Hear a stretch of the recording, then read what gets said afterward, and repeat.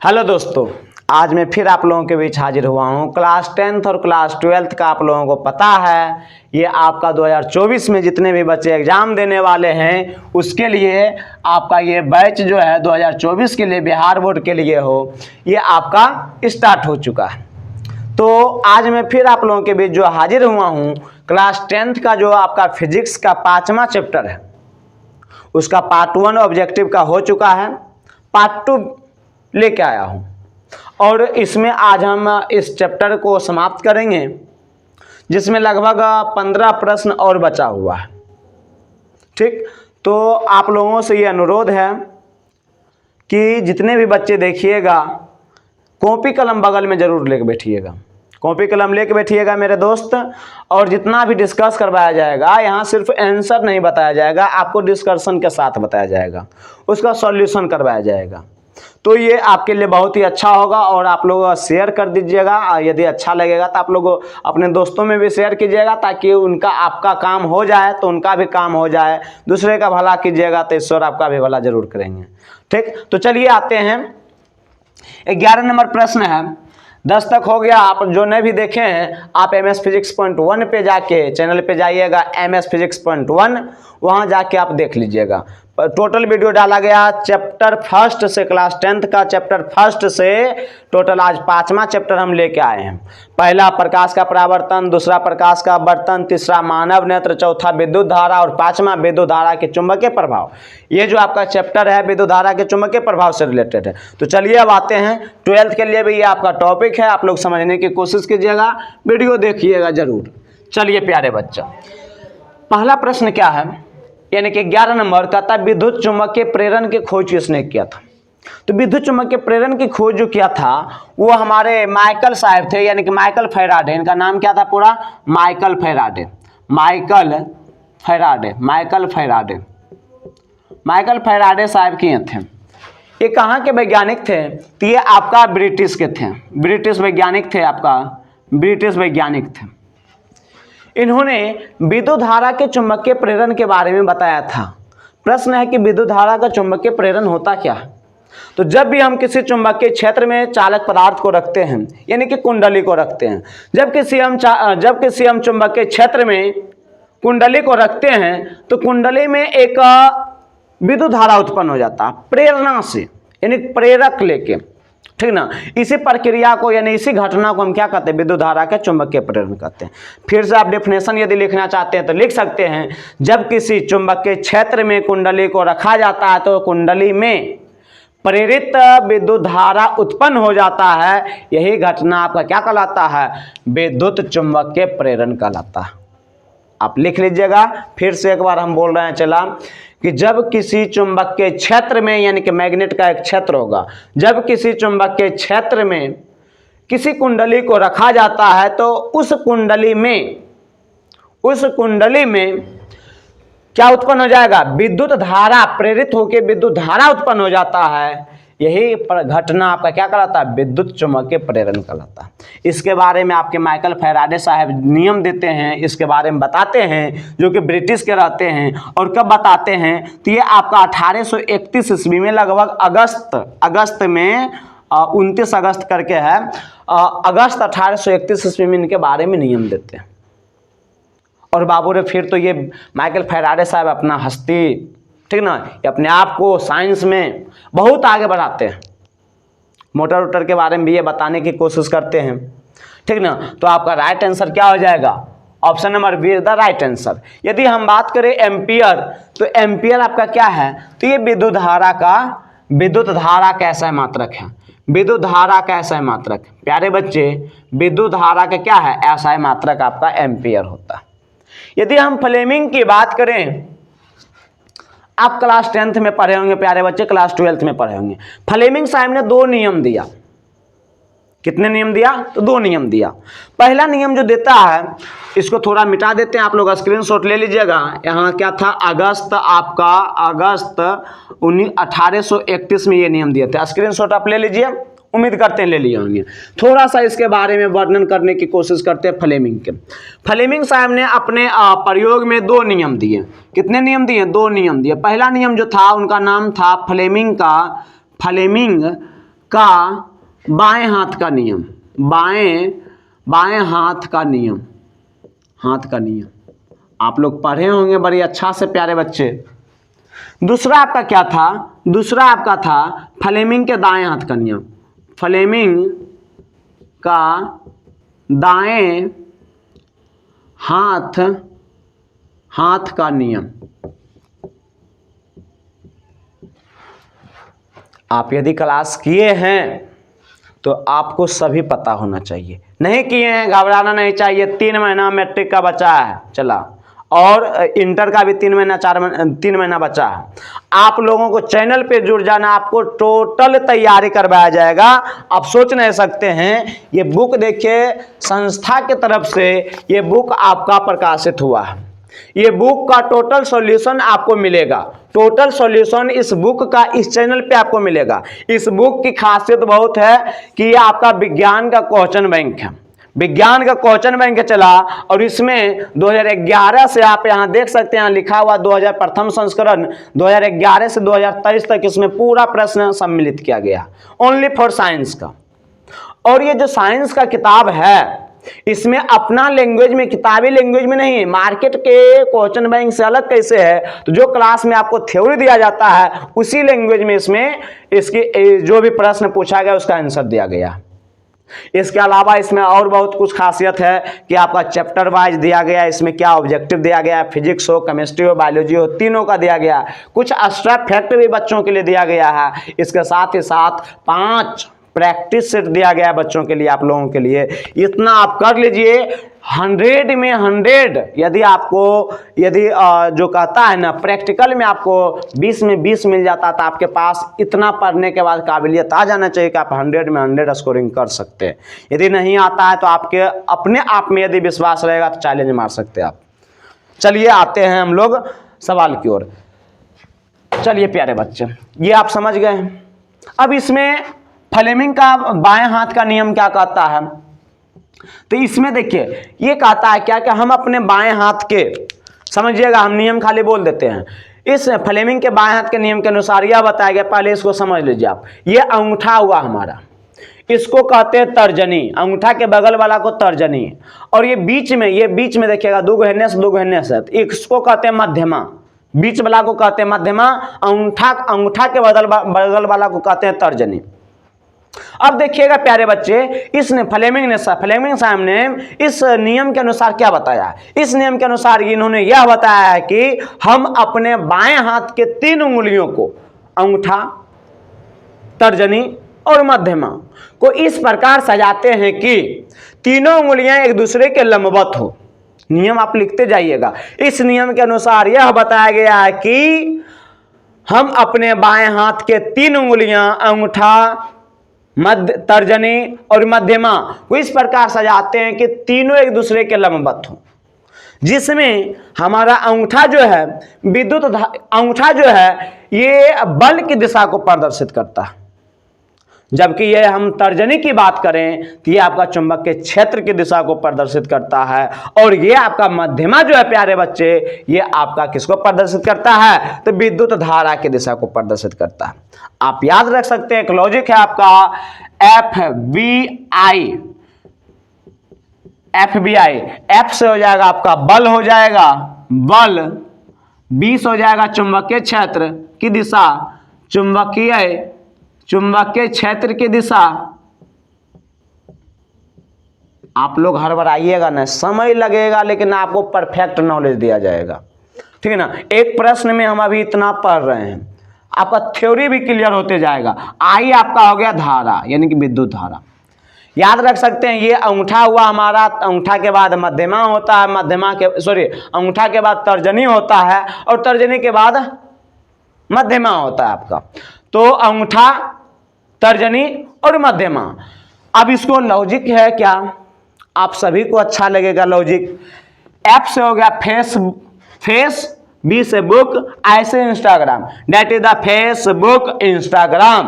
Facebook Instagram आपका logic है प्यारे बच्चे।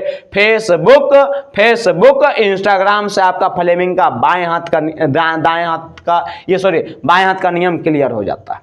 ठीक, अब आते हैं दाएं हाथ में। दाएं हाथ में भी सेम कंडीशन है।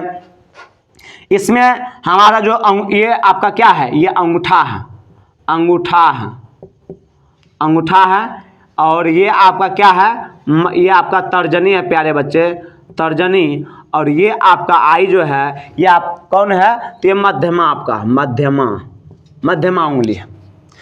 सेम कंडीशन दाएं हाथ में आता है। यहाँ यदि हम ले लेते हैं अंगूठा को, अंगूठा, फिर आ जाएगा आपका तर्जनी प्यारे बच्चे, तर्जनी, और आपका लास्ट में आ जाएगा मध्यमा। तो आपका अंगूठा जो प्रदर्शित करता है, इसमें आप खाली दाहिना हाथ को, तीनों उंगली को, अंगूठा, तर्जनी और मध्यमा को इस तरह फैलाते हैं कि तीनों एक दूसरे के लंबवत हो, सेम डेफिनेशन। जिसमें अंगूठा जो है चालक की गति की दिशा को प्रदर्शित करता है, चालक की गति की दिशा को बतलाता है।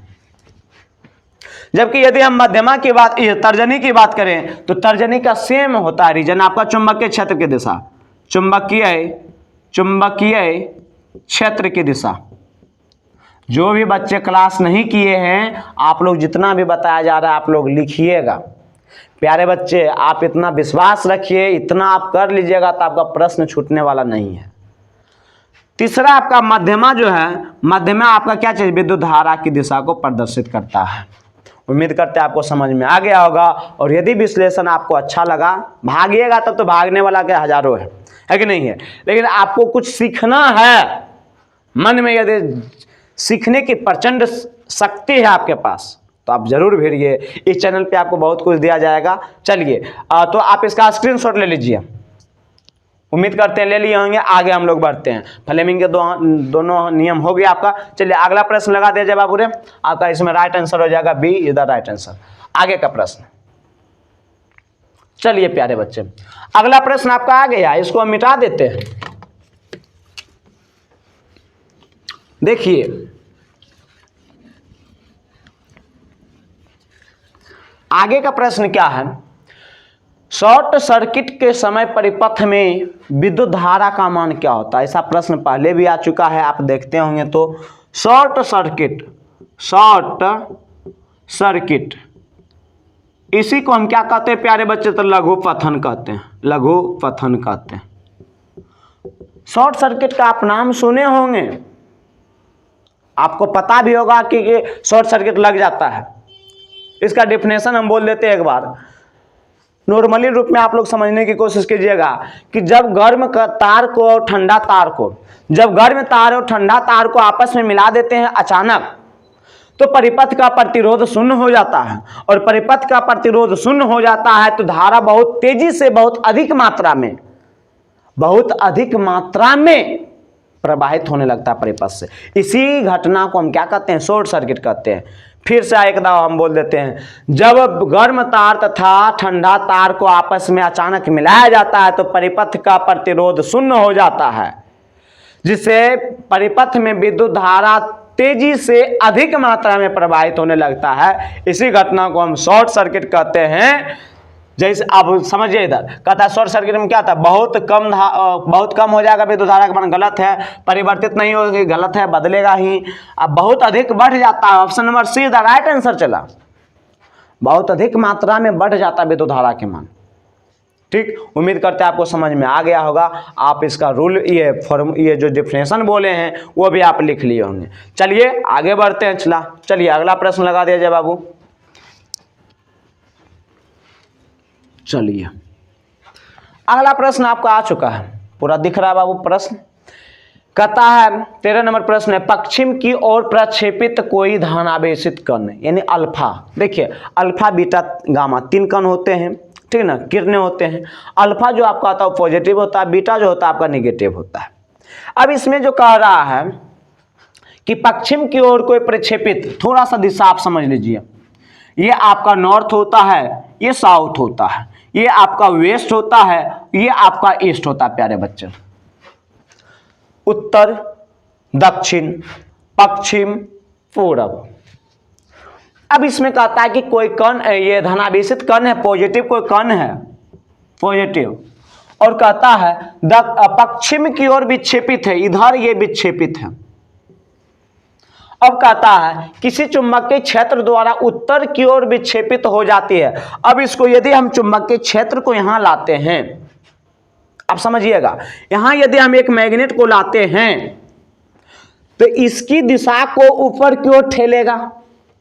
समझिएगा, पहले जो ये कण था, यहां मैग्नेट हम लेके आए तो इसको क्या करेगा, ऊपर की ओर ले जाएगा, यानी कि अब किधर चल जाएगा, उत्तर की ओर चल जाएगा। उत्तर की ओर चल जाएगा तो क्या, यहां भी तो कह भी तो रहा है उत्तर की ओर क्या हो जाता है, विक्षेपित हो जाता है। जाहिर सी बात है उत्तर की ओर विक्षेपित हो जाएगी। अब उत्तर की ओर विक्षेपित हो जाते तो यानी कि ऊपर की ओर चला गया। ऑप्शन क्या कहता है, दक्षिण की ओर गलत है, पूर्व की ओर नहीं गया, गलत है। अधोमुखी, अधोमुखी मतलब क्या होता है, आधा मुख पर है, मतलब यहीं कहीं यहीं रह रहा है, मतलब यहाँ ही अपना निवास कर रहा है, नहीं वो परिवर्तन होगा, ये भी नहीं हो पाएगा। ऊपरी मुखी, ऊपरी मुखी आप देख रहे हैं ऊपर की ओर चला गया है, इसका मुख ऊपर की ओर हो गया है, इसलिए option number D is the right answer आपका हो जाएगा। ऊपरी मुखी इज द राइट आंसर। चलिए आगे बढ़ते हैं, आप इसका स्क्रीनशॉट ले सकते हैं, उम्मीद करते ले लिए होंगे। आगे बढ़ते चला, चलिए बाबू अगला प्रश्न लगा दिया जाए। मेरे भाई, मेरे दोस्त, मेरे यार, देखिए प्रश्न लिखा हुआ है। 14 नंबर प्रश्न का था, फ्लेमिंग के बाएं हाथ के मध्यमा क्या संकेत करता है। आराम से बना दीजिएगा। फेसबुक, इंस्टाग्राम, अंगूठा, अंगूठा, ये तर्जनी हो गया आपका, ये मध्यमा हो गया चला के, ये आपका बल दिखाता है, ये चुंबकीय क्षेत्र की दिशा को दिखाता, चुंबकीय क्षेत्र, चुंबकीय क्षेत्र की दिशा को दर्शाता है, ये आपका धारा को दर्शाता है, विद्युत धारा की दिशा को चला।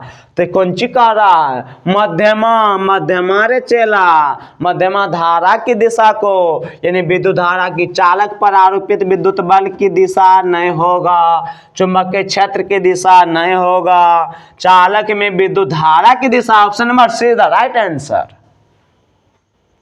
उम्मीद करते हैं आपको समझ में आ गया होगा।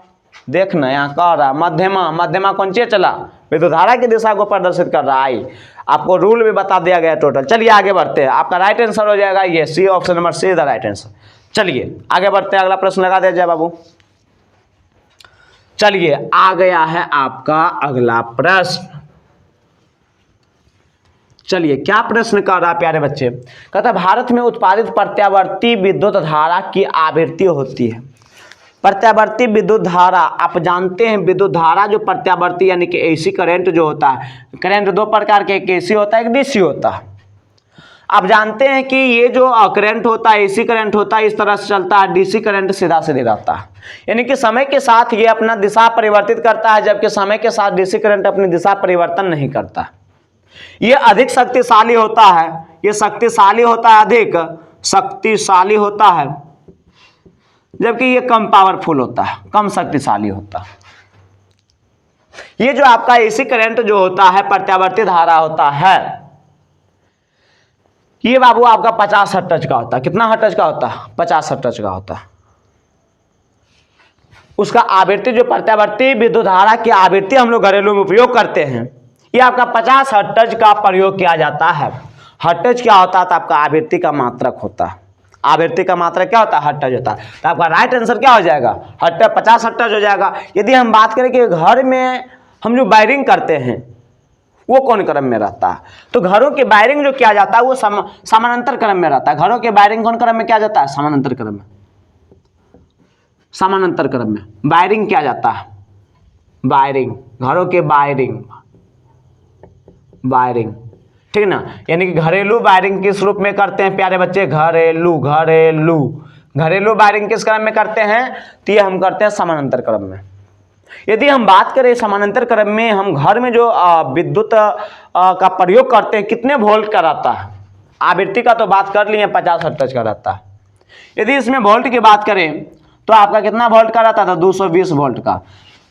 कहीं कहीं आपको मिलेगा, क्या मिलेगा, घरों में जो प्रयोग करते हैं घरेलू परिपथ में विद्युत धारा और आवृत्ति, उसका क्या होता है, तो विद्युत धारा का, ये विद्युत धारा जो है 220 वोल्ट का प्रत्यावर्ती धारा होता है और 50 हर्ट्ज का प्रयोग करते हैं। उम्मीद करते हैं आपको समझ में आ गया होगा। तो आगे की ओर चलते हैं हम लोग। AC DC करंट का आप लोग चित्र बना लीजिएगा। उम्मीद करते हैं आपको समझ में आ गया होगा। स्क्रीनशॉट ले लीजिएगा प्यारे बच्चे। चलिए आगे बढ़ते हैं। अगला प्रश्न लगा दिया जाए बाबू। चलिए अगला प्रश्न आ गया आपके सामने में। चलिए अगला प्रश्न आपका न्यूमेरिकल है। आप लोग बना के इसका आंसर मैसेज कीजिएगा, यानी कि कमेंट कीजिएगा। मैसेज नहीं, कमेंट कीजिएगा। सबसे पहले इसका आंसर आने वाला स्टूडेंट का रीजन सहित 2 टेस्ट जो भी क्लास में पढ़ते हैं 2 टेस्ट फ्री हो जाएगा। चलिए ये आपके लिए चैलेंज एक दिया गया है। चलिए आगे बढ़ते हैं। अगला प्रश्न लगा दिया जाए। अगला प्रश्न आपके सामने में हाजिर हो गया प्यारे बच्चे। क्या है? और देखिए एक बात फिर से बोलते हैं, यदि आप पढ़ रहे हैं, यदि देख रहे हैं वीडियो तब तो पढ़ ही रहे होंगे। फिर से कहते हैं आप लोग कॉपी कलम लेके बैठिए। खाली देखने से कुछ नहीं होता है। देखने वाला हजारों हैं, मेहनत करने वाला 5% है। आप मेहनत करने वाले में चलिए। 100% में 5% 10% मेहनत करता है। 80-90 तो इसी ऊपर कितने चीज देख लेता है, लेकिन रहता कितना है? रहता है उसी का जो बाबू मेहनत करके अपना एक नोट्स तैयार करते हैं।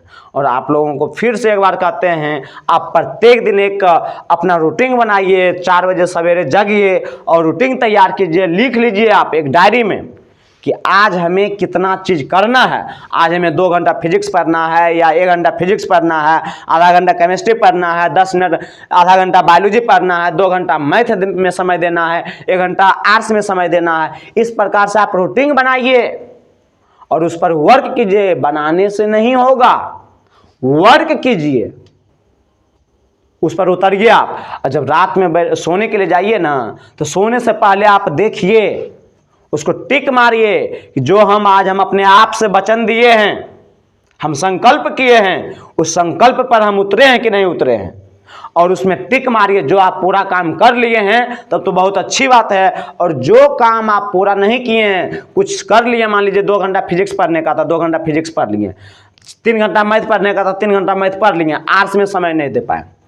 अब आप अपने मन में विचार कीजिए कि हम कहाँ 1 घंटा खत्म किए, बर्बाद किए हैं, जो हमें नहीं करना चाहिए, जिससे कि हमें नुकसान हो रहा है। अगला क्लास से फिर अगला दिन जब रूटीन बनाइएगा तो उस 1 घंटा को आप मैनेज कीजिएगा। ठीक, इस तरह से आप यदि इस तरह से आप इस पैटर्न पे चलिएगा तो आप एकदम ये माइंड में बैठा लीजिए, अभी से भी समय बहुत बचा हुआ। 3 महीना चला। टॉपर इंसान बनता है अपनी विल पावर से। जो कहता है ना, ये आपका विश्वास होना बहुत जरूरी है। आप विश्वास से इस जो अभी रूटीन दी आपको, इस पर वर्क कीजिए, जरूर टॉपर बनिएगा प्यारे बच्चे। चलिए अब आते हैं हम लोग। कहता है 1 माइक्रो एम्पियर विद्युत धारा निम्नलिखित में से कौन सी है? माइक्रो एम्पियर, माइक्रो मतलब होता है 6, तो यानी 10 पावर 6, ये 10 पावर -6। यदि प्लस में रहता तो उसको मेगा कहते हैं, ठीक ना।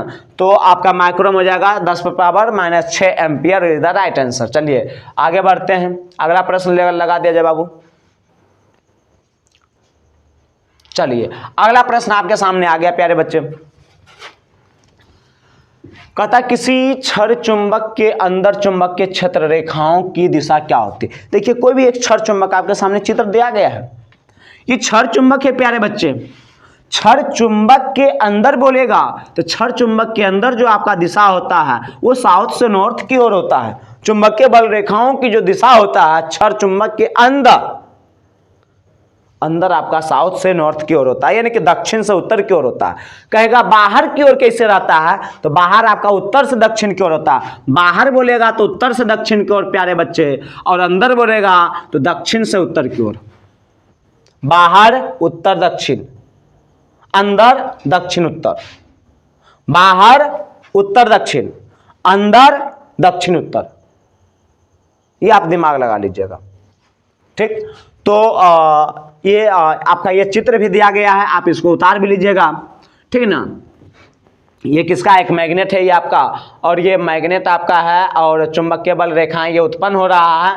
ठीक ना। और देखिएगा ये कैसा निर्माण कर रहा है, आप देख सकते हैं वृत्त का निर्माण भी करता है। चुंबकीय बल रेखा, ठीक है। ये समानांतर होते हैं, ये कभी एक दूसरे को प्रतिच्छेद नहीं करते हैं। यदि हम बात करें एक चुंबक की, तो चुंबक का आपका सूत्र मैग्नेट का क्या होता है, मैग्नेट का सूत्र होता है Fe3O4, Fe3O4। इसको हम लोग कहते हैं मैग्नेटाइट भी कहते हैं। क्या कहते हैं प्यारे बच्चे, मैग्नेटाइट कहते हैं, मैग्नेटाइट कहते हैं। यदि इसी में हम, ये किसका सूत्र है, चुंबक का सूत्र है। यदि इसी में हम बात करें कि चुंबक कितने प्रकार के होते हैं, तो चुंबक दो प्रकार के होते हैं, एक अस्थायी चुंबक होता है, एक अस्थायी चुंबक होता है। सवाल बार बार पूछा जाता है, इससे प्रश्न पूछा जाता है। मैग्नेट यानी कि चुंबक आपका दो प्रकार के होता है। चुंबक क्या प्रकार के, दो प्रकार के होता है, एक अस्थायी होता है, अस्थायी चुंबक, और एक अस्थायी होता है, अस्थायी चुंबक होता है।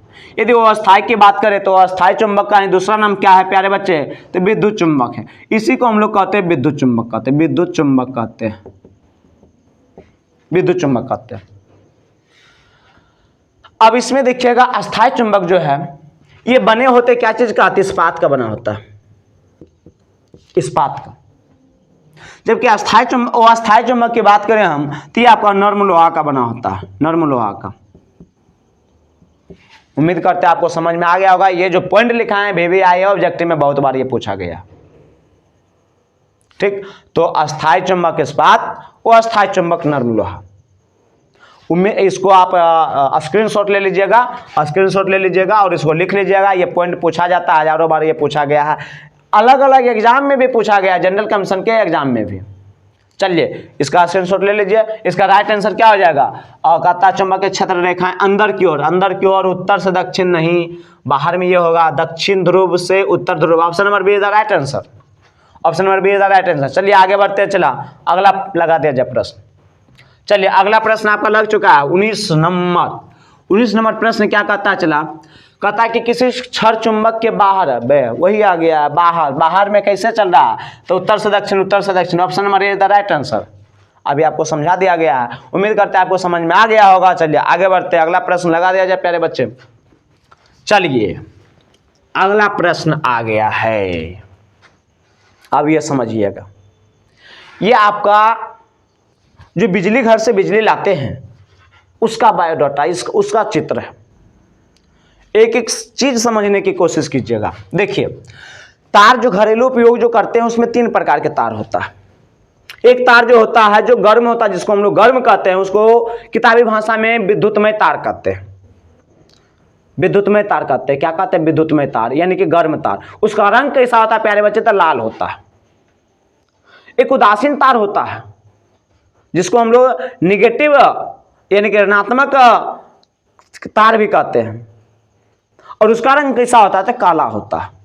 विद्युतमय तार का रंग लाल, इसको हम लोग धनात्मक तार भी कहते हैं। उदासीन तार का रंग काला, इसको हम लोग ऋणात्मक तार भी कहते हैं। और एक होता है भूसंपर्क तार, उसका रंग होता है हरा। भूसंपर्क तार क्या होता है, हरा होता है। तो चलिए समझते हैं। देखिए पॉजिटिव तार को हम लोग कहते हैं गर्म तार, लिख देते हैं गर्म तार यानी कि विद्युतमय तार, विद्युतमय तार। निगेटिव तार को कहते हैं क्या चीज प्यारे बच्चे, तो ये उदासीन तार कहते हैं। क्या कहते हैं, उदासीन भी कहते हैं। और इसका रंग कैसा होता है, काला होता है। इसका रंग कैसा होता है, तो लाल होता है। और यदि हम बात करें तीसरा, तो एक भूसंपर्क तार होता है, भूसंपर्क तार होता है प्यारे बच्चे। इसका रंग यदि हम बात करें तो हरा होता है। कैसा होता है, हरा होता है। इससे एक प्रश्न ऑब्जेक्टिव तय है, आप इसका स्क्रीनशॉट ले लीजिएगा। अब समझते हैं डायग्राम, इसको मिटा देते हैं प्यारे बच्चे, स्क्रीनशॉट ले लिया जाए। चलिए उम्मीद करते हैं ले लिए होंगे। अब समझिए फिगर। देखिए यहाँ 3 तार, एक स्ट्रक्चर बनाया गया आपके सामने में। यहाँ 3 तार है। एक भूसंपर्क तार है जो कि भूमि से जोड़ी जाती है। किससे जोड़ी जाती है, भूमि से। अब यहाँ देखिए एक आपके पास डायग्राम है। यहाँ आपका विद्युतमय तार कहें तो आपका लाल यानी कि गर्म तार, ये गर्म तार, और एक उदासीन तार यानी कि ठंडा तार का प्रयोग किया गया है। बिजली घर से 2 तार लेते हैं। अब देखिए इसमें आगे जो तार लेते हैं उसके बाद हम क्या लगाते हैं, तो एक बोर्ड लगाते हैं। क्या चीज का लगाते हैं, तो फ्यूज का लगाते हैं। उसमें फ्यूज लगा हुआ रहता है। तो जिसको हम लोग क्या कहते हैं, विद्युत प्रदाय बोर्ड का फ्यूज, यानी कि बिजली घर से जहाँ बिजली लेते हैं वहीं एक आपका बोर्ड लगा हुआ रहता है, जिसको हम लोग कहते हैं विद्युत प्रदाय बोर्ड का फ्यूज। फिर हम आगे बढ़ते हैं तो एक विद्युत मापी यंत्र लगा देते हैं। फिर उसके आगे बढ़ते हैं तो एक बोर्ड लगा हुआ रहता है। वो बोर्ड कैसा रहता है, तो वो बोर्ड रहता है जहां जहां हमको सप्लाई भेजना है। यहाँ पहले एक बोर्ड रहता है जिसमें 2 कनेक्शन रहता है, फिर आगे विद्युत मापी हम लगा देते हैं। फिर आगे बढ़ते हैं तो बोर्ड ऐसा लगाते हैं जहां से हमें कनेक्शन देना रहता है कि इस क्षेत्र में ये भेजना है, इस क्षेत्र में ये तार से भेजना है, इतना करंट भेजना है, ठीक। तो यहाँ आपको इसको हम क्या कहते हैं, तो वितरण बॉक्स, यानी कि डिवाइडेड, यानी कि बांट देना सभी धारा को किधर किस क्षेत्र में कितना भेजना। वितरण बॉक्स जिसमें मुख्य स्विच एवं प्रत्येक परिपथ के लिए पृथक फ्यूज लगे होते हैं, यानी कि अलग अलग परिपथ के लिए अलग अलग फ्यूज लगल रहता है और स्विच भी लगा हुआ रहता है प्यारे बच्चे का, और अलग अलग परिपथ के लिए क्या लगा हुआ रहता है, आपका फ्यूज लगा हुआ रहता है। अब यहाँ से ही आप लोग देखते होंगे जब मैच होता है, क्रिकेट होता है, तो जब कुछ भी दूसरा चीज होने लगता है, जब उत्सुकता बढ़ जाता है व्यक्तियों में, तो लाइन काट देगा, लाइट काट देगा ताकि और वो व्याकुल हो। अब फिर जब जीतने वाला इंडिया रहता है तुरंत लाइन दे देता है, यानी कि बिजली दे देता है। अब पूरा एकदम टीवी चला देते हैं, और जिस समय लाइट काटता है उसमें बड़ी गुस्सा बढ़ता है, ठीक ना। तो देखिएगा अभी तो विश्व कप होने वाला है प्यारे बच्चे, लेकिन पहले पढ़ाई, ठीक ना। विश्व कप भी अच्छा देखेंगे लेकिन पहले पढ़ाई भी जरूरी है।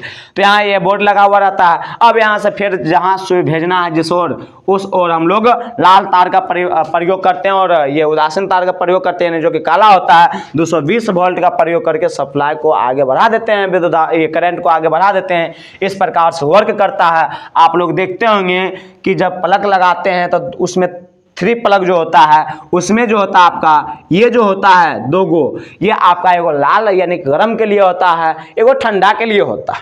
एगो गर्म के लिए, एगो ठंडा के लिए, और एगो जो तीसरा पिनमा होता है जो सबसे बड़का होता है, वो किसके लिए होता है, तो उसको हम लोग जो जोड़ते हैं वो भू संपर्क तार से जोड़ते हैं। वही आपका भू संपर्क तार होता है, वो सेफ्टी के लिए दिया जाता है, जिससे करंट मारने की संभावना घट जाता है, क्योंकि उससे जब करंट प्रभाव फॉलो करेगा तो डायरेक्ट पृथ्वी में चली जाती है, जिससे हम ये नुकसान होने से हमें सुरक्षा प्रदान होता है, यानी कि नुकसान नहीं हो पाता। उम्मीद करते हैं इस प्रकार से आपका क्या फ्यूज लगा हुआ रहता है, प्लग लगा हुआ रहता है जो 3 फेज होता है। तो उम्मीद करते हैं आपको समझ में आ गया होगा। 2 में लगा हुआ रहता है, एक ठंडा एक गर्म, और एक जो तीसरा पिन रहता है वो आपका क्या रहता है, वो आपका रहता है भू संपर्कित तार रहता है, उसमें ये लगा हुआ रहता है। आपको हम एग्जाम्पल स्वरूप दिखा सकते हैं, थोड़ा उधर से दीजिएगा बाबू। 3 फेज का कोई है क्या, देखिए तो बाजा का है, नहीं है, नहीं है। 3 फेज का चार्जर ये होगा, ये भी नहीं है। लैपटॉप का चार्जर होगा, लैपटॉप का चार्जर उसमें उसके अंदर है, उसके अंदर खोलो उसी को। हाँ, हम आपको दिखाते हैं 3 फेज, ठीक ना। 3 प्लग का जो है, देखिए ये आप देख सकते हैं प्यारे बच्चे, ये जो देख रहे हैं ना आप 3 प्लग, ये देख रहे हैं, ये सबसे बड़का होता है, ये एगो पॉजिटिव होता है। देखिए इसमें जो होता है ये 250 वोल्ट का सप्लाई देता है और 6 एम्पियर की करंट को प्रवाहित करता है, इसमें लिखा हुआ है, ठीक ना। और इसमें जो है आपका, इसमें आप देख सकते हैं ये एक होता है गर्म होता है, एक ठंडा होता है, यानी एगो लाल होता है एगो काला होता है। और ये जो आपका विद्युतमय तार है यानी कि भू संपर्कित तार है, इसका रंग आपका कैसा होता है, हरा होता है। चलिए ठीक है, उम्मीद करते हैं आपको समझ में आ गया होगा, आप प्रैक्टिकली भी देख लिए हैं। चलिए आगे बढ़ते हैं प्यारे बच्चे, आप समझा देते हैं थोड़ा सा। कहता घरेलू विद्युत परिपथ में उदासीन तार क्या करा लिए है, उदासीन तार के रंग कैसा होता है, काला। उदासीन देखिए लाल हो जाएगा आपका विद्युतमय तार, विद्युतमय तार, काला हो जाएगा आपका उदासीन, और हरा आपका हो जाएगा भू संपर्क तार, जो है ये हरा होता है। देखिए तो लाल हो जाएगा आपका विद्युतमय, तो बोलिए उदासीन हो जाएगा आपका काला, उदासीन, और ये आपका हरा जो है ये आपका हो जाएगा भू संपर्क, भूसंपर्क तार। तो कहता उदासीन के लिए तो option number C the right answer चला। उम्मीद करते हैं आपको समझ में आ गया होगा और ये परिपथ बहुत ही लाजवाब था, ठीक ना। यदि आपको वीडियो अच्छा लग रहा है प्यारे बच्चे तो जरूर शेयर कीजिए और लाइक कीजिए, कमेंट कीजिए। आप लोग लाइक नहीं करते, ये थोड़ा सा अच्छा नहीं लगता, लेकिन आपका जैसा मर्जी, कोई बात नहीं है। आप लोग जुड़े रहिए चैनल पे और शेयर कीजिए ताकि आपका भी काम हो और आपके दोस्त का भी काम हो। बेहतर से बेहतर आप स्कोर कर सकते हैं 2024 के एग्ज़ाम में, जिससे आप अपने नाम, अपने कोचिंग संस्थान में जहाँ जाते हैं उनका नाम आप आगे बढ़ाइएगा और अपने माता पिता का नाम रोशन कीजिएगा, उनको भी बहुत अच्छा लगेगा। चलिए आगे बढ़ते हैं प्यारे बच्चे, अगला प्रश्न लगा दीजिए बाबू। चलिए अगला प्रश्न लग गया हम। अगला प्रश्न क्या कहता है, घरेलू विद्युत परिपथ में विद्युतमय तार ले चला कौन सी होगा बोल। अभी हम आंसर नहीं बताएंगे, अब तोरा बताना, कमेंट करके बताना क्या कर आंसर की होगा, ठीक ना। ये प्रश्न तोरे लिए छोड़े। चल अगले लगा बाबू, अगला प्रश्न आ गया। ले घरेलू विद्युत परिपथ में भू संपर्क, ले ये हो तो तोरा पते है, लेकिन चल बता देते हैं। हरक्का के लिए कौन सी हो जाएगा, हरा। Option number B is the right answer. दो गो तोरा लिए सवाल दिए हैं, दोनों का आंसर पहले देना है। जकर दोनों का पहले आंसर आ जाएगा उसका 2 गो टेस्ट फ्री हो जाएगा, ठीक ना, और उसका नाम भी कर लिया जाएगा। चलिए आगे बढ़ते हैं। चला अगला प्रश्न, अगला प्रश्न क्या है बाबू, कहता सीधे तार में अचर विद्युत धारा के कारण तार के गिर्द चुंबकीय क्षेत्र रेखाएं होती है। तार के इर्द गिर्द जो होता है ये चुंबकीय क्षेत्र रेखाएं, यदि हमें ये इस तरह से एक परिनालिका आपको बताया गया था, इस तरह से आपका एक वृत्त का निर्माण करता है। यदि आप इसका चित्र देखते हैं, इसका आंसर क्या हो जाएगा, सीधी रेखाएं नहीं, तार के समांतर रेखाएं नहीं, तार के गिर्द वृत्तीय रेखाएं। Option number C the right answer होगा। आप इसका चित्र देख सकते हैं। थोड़ा बैक हम दिखाते हैं आपको, बैक जाइए थोड़ा बाबू, बैक जाइएगा और बैक जाइए और बैक जाइए। हाँ बस देखिए आप बाबू, यहाँ जो आप देख रहे हैं यदि गौर कीजिएगा तो यहाँ देखिएगा चुंबकीय क्षेत्र के करीब आपका क्या है, एक वृत्त का निर्माण होता है, ठीक है ना। तो आपका क्या हो जाए, ना तो सीधा नहीं तो टेढ़ा, दैट इज द वृत्त सर्किल, ठीक है ना। तो आपका राइट आंसर क्या हो जाएगा। आप प्रश्न की ओर जाइए, देख लिए हैं फिगर। चलिए प्रश्न की ओर, आपका तार के गिर्द वृत्तीय रेखाएं उत्पन्न होती है। Option number C is the right answer, not that is the right answer. उम्मीद करते हैं आपको समझ में आ रहा होगा। यदि समझ में आ रहा है तो आप लोग कमेंट जरूर कीजिए भाई मेरे, लाइक जरूर कीजिए। और इस चैनल पे जैसा कि आपको पता है कि 2024 में होने वाले जितना भी एग्जाम है उसमें क्वेश्चन बैंक का संपूर्ण तैयारी करवाया जाएगा। साथ ही साथ आपको क्या करवाया जाएगा, भागना नहीं है, साथ ही साथ भारतीय भवन का total question answer physics, chemistry, biology का करवाया जाएगा क्लास 10th के लिए, और नोमरिकल भी करवाया जाएगा। चलिए आगे बढ़ते हैं, अगला प्रश्न लगा दिया जाए बाबू। अगला प्रश्न हाँ 24 नंबर प्रश्न आपका आ गया है। कहता है कि तांबे के तार की एक आयताकार कुंडली किसी चुंबकीय क्षेत्र में घूर्णिक गति कर रही है। इस कुंडली में प्रेरित विद्युत धारा की दिशा में कितने परिभ्रमण के पश्चात परिवर्तन होगा। आप लोग पढ़े होंगे, आप जानते हैं, विद्युत जनरेटर में पढ़े होंगे, विद्युत धारा का ये जो दिशा परिवर्तन होता है प्रत्येक आधे चक्कर में वो परिवर्तन हो जाता है, ठीक है ना। तो आपका राइट आंसर क्या हो जाएगा, ये 1 नहीं 2 नहीं, आधे चक्कर। Option number C the right answer. आप लोग पढ़े हैं। चलिए आगे बढ़ते हैं, अगला प्रश्न लगा दीजिए प्यारे बच्चे। अगला प्रश्न आ गया आपके सामने। चलिए कहता किसी सीधे चालक में धारा की दिशा और उससे संबंध चुंबकीय क्षेत्र की दिशा जिस नियम से ज्ञात की जाती है उसको क्या कहते हैं। देखिए बाबू आपके सामने में ये चित्र भी है, इसको मैक्सवेल साहब ने दिया था। मैक्सवेल ले चला दो मैक्सवेल का दक्षिण हस्त नियम, मैक्सवेल का वाम हस्त नियम, दोनों लोचा दे दिया। तो आपका राइट आंसर हो जाएगा मैक्सवेल का दक्षिण हस्त नियम, इज द राइट आंसर। अब देखिए मैक्सवेल का दक्षिणी हाथ नियम में क्या बताया गया है कि दाहिना हाथ को इस प्रकार बांधेंगे, मुट्ठी बांधेंगे, अंगूठा खुला रहेगा, शेष चारों उंगलियां जो होगा वो चुंबकीय क्षेत्र की दिशा को प्रदर्शित करेगा और अंगूठा जो है ये बल की दिशा को प्रदर्शित करेगा। देखिए आप, यानी कि किसी सीधे चालक में धारा की दिशा को अंगूठा किसको प्रदर्शित कर रहा है, चालक में धारा की दिशा को प्रदर्शित कर रहा है, यानी कि बल आगे की ओर आप लोग फ्लेमिंग में देख लिए हैं। उसके बाद कहता है उसे संबंध चुंबकीय क्षेत्र की दिशा, ये जो चारों उंगलियां हैं ये किसको प्रदर्शित कर रहा है, चुंबकीय क्षेत्र की दिशा को, और ये आपका चालक की दिशा को, ठीक, इस प्रकार से हम लोग रखते हैं। आपका राइट आंसर हो जाएगा मैक्सवेल का दक्षिण हस्त नियम। तो ये आपका लास्ट प्रश्न था प्यारे बच्चे। कैसा लगा वीडियो? आप लोग कमेंट नहीं करते हैं, फिर से कहते कमेंट जरूर कीजिए, ताकि फिर से हम कोशिश करेंगे आपके लिए बेहतर से बेहतर कंटेंट लेकर। आज यहीं तक रहने देते हैं, आज की करवाएं तक। जय हिंद, जय भारत।